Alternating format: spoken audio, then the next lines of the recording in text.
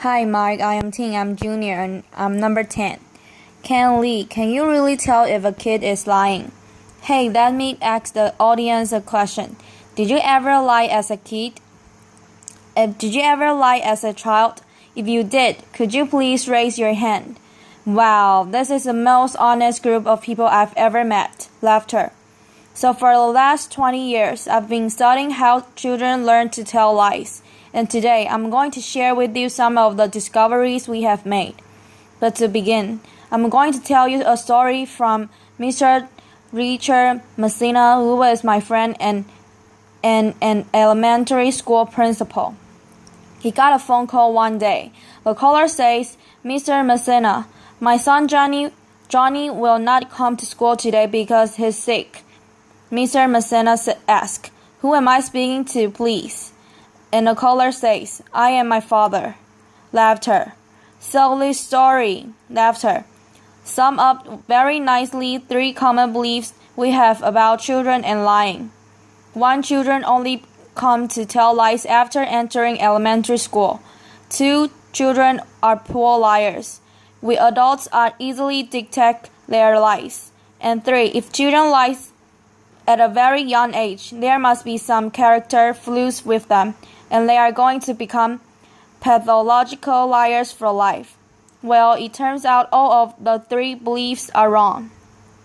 We have been playing guessing games with children all over the world. Here is an example. So in this game, we ask children to guess the numbers on the cards, and we tell them if they win the game, they are going to eat a big prize.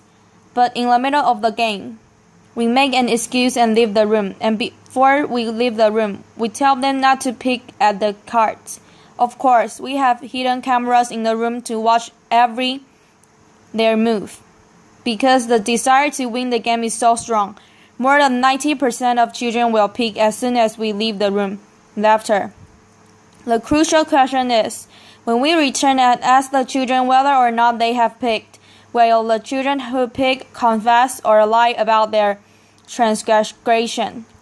We found that regardless of gender, country, religion, at 2 years of age, 30% lie, 70% tell the truth about their transgression.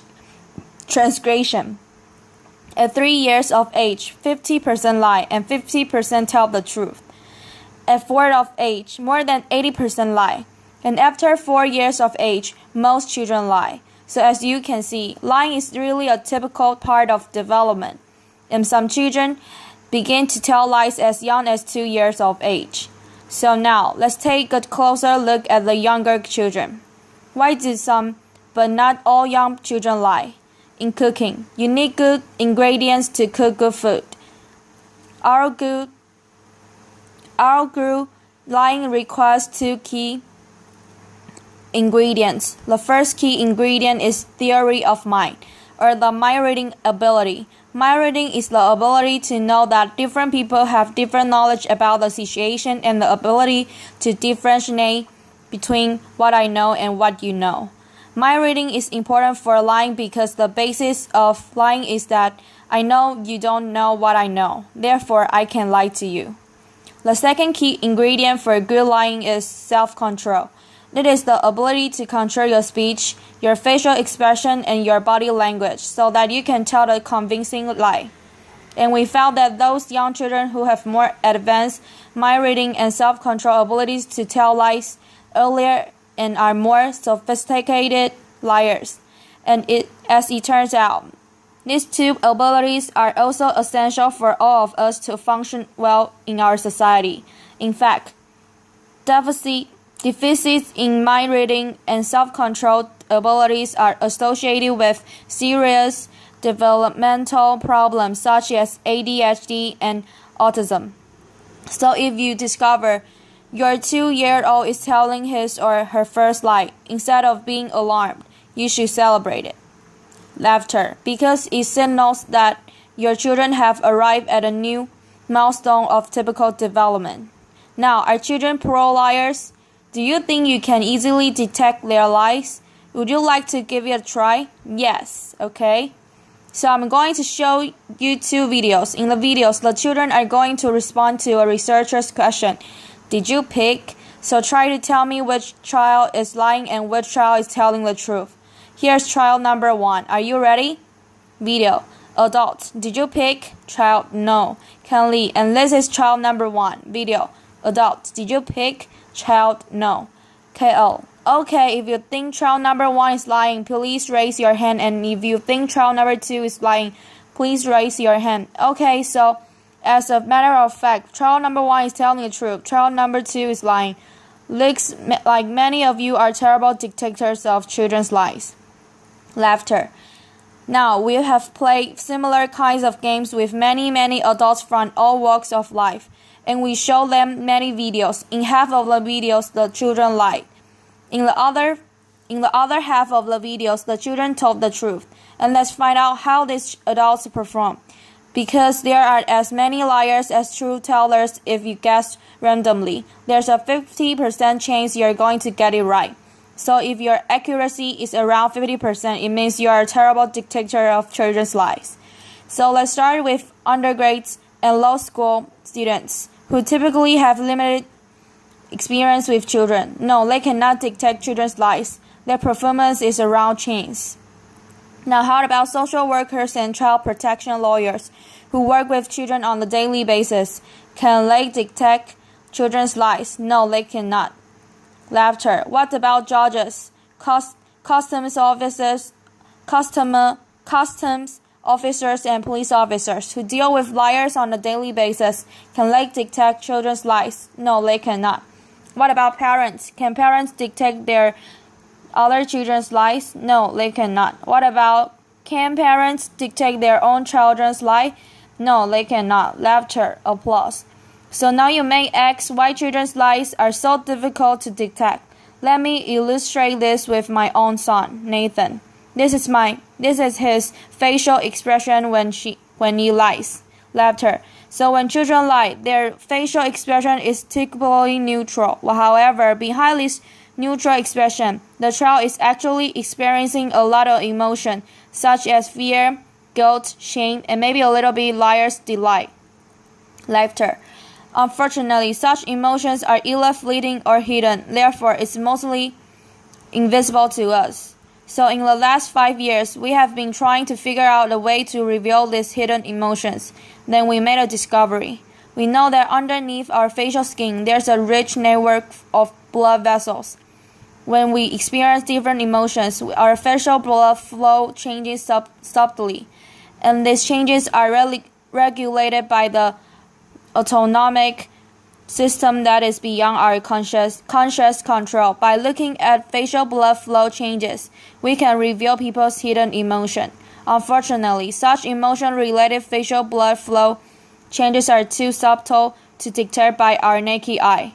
So to help us reveal people's facial emotions, we have developed a new imaging technology we call transdermal optical imaging. To do so, we use a regular video camera to record people when they experience various hidden emotions. And then using our image processing technology, we can extract transdermal images of facial blood flow changes by looking at transdermal video images. Now we can easily see facial blood flow changes associated with the various hidden emotions. And using this technology, we can now reveal the hidden emotions associated with lying and therefore detect people's lies. We can do so non-invasively, remotely, inexpensively, with an accuracy at about 85%, which is far better than chance level. And in addition, we discover a Pinocchio effect, not this Pinocchio effect. Laughter. This is the real Pinocchio effect. When people lie, the facial blood flow on the cheeks decreases, and the facial blood flow on the nose increases. Of course, lying is not the only situations that will evoke our hidden emotions. So then we ask ourselves, in addition to detecting lies, how can our technology be used? One application is in education. For example, using this technology, we can help this mathematics teachers to identify the students in his classroom who may experience high anxiety about the topic he's teaching so that he can help him. And also, we can use this in healthcare. For example, every day I Skype my parents who live thousands of miles away. And using this technology, I can not only find out what's going on in their lives, but also simultaneously monitor their heart rate, their stress rate level, their mood, and whether or not they are experiencing pain. And perhaps in the future, their risks for heart attack of hypertension. And you may ask, can we use this also to reveal politicians' emotions? Laughter.